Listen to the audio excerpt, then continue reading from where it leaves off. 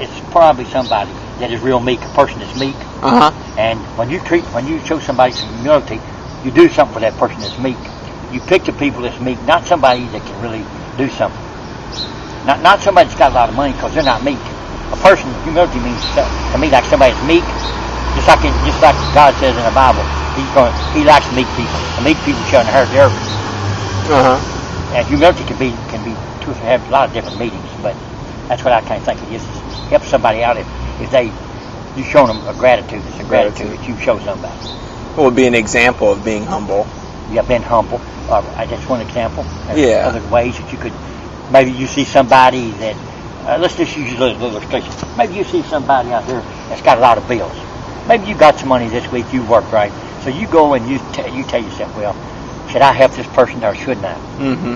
And if you say yes, you go ahead, you help them out. That is a form of humility. You help them get out of a situation that they're in that they cannot get out of their own self. Don't you think that's sort of like humility? Yeah. You help them out of a situation. Maybe you're smarter than they are. You might be a lot smarter than they are. They got some kind of little situation they can't get out of it, and it bothers them, and it bugs them, and they're sitting there and they talk about they're going to commit suicide. They talk about they're going to do all this, but see, you go along and you stand there and you tell them, look now, it's not the end of the world. This is not this. It's not that. You still got longevity for life. So why don't you just use your head a little bit and just listen a little bit, and then you explain to them what you're going to do for them. Okay, so like being homeless, would you say people are more humble to you or not? Not exactly. Not only that, it's a lot of people come around here. For instance, they see me. Yeah. Okay.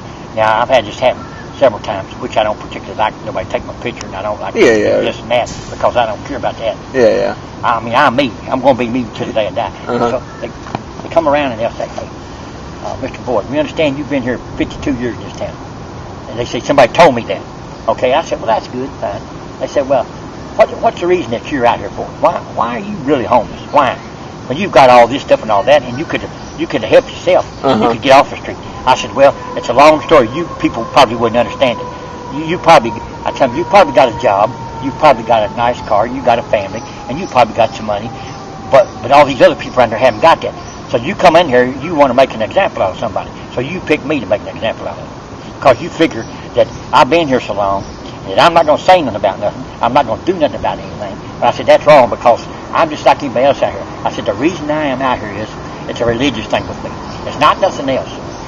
They say, well, we don't understand that. What are you talking about, religion thing? I tell them about my background, where I come from, right? That's a religious background. Because my mother's real religious. She was freak on the Bible, and my brother was the same way. I kind of type of people, see. But that don't mean I'm exactly all that way. But like I tell them, I said, it's a religious thing. You people wouldn't really understand it.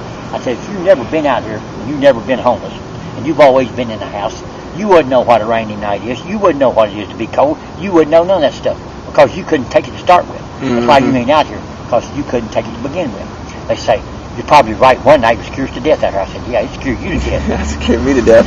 But, it'd be scary for me. Why would it be scary? I don't know. Like you said, I've never experienced it before. Because what would be simple for you is because you come around and you mix and mingle with homeless people. Yeah, so I know them, so it's not as scary. So you know who's who and who's not. Yeah. And you know who asked you for some money when you come around. Who asked you for this and that.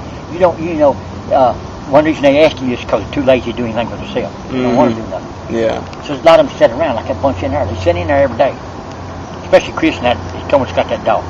They sit in there every day waiting on somebody to come up and give them something. Well, yeah, they talk about they just come from Oklahoma and worked on an auto. That boy's lazy. He wouldn't work in a pie factory. Yeah.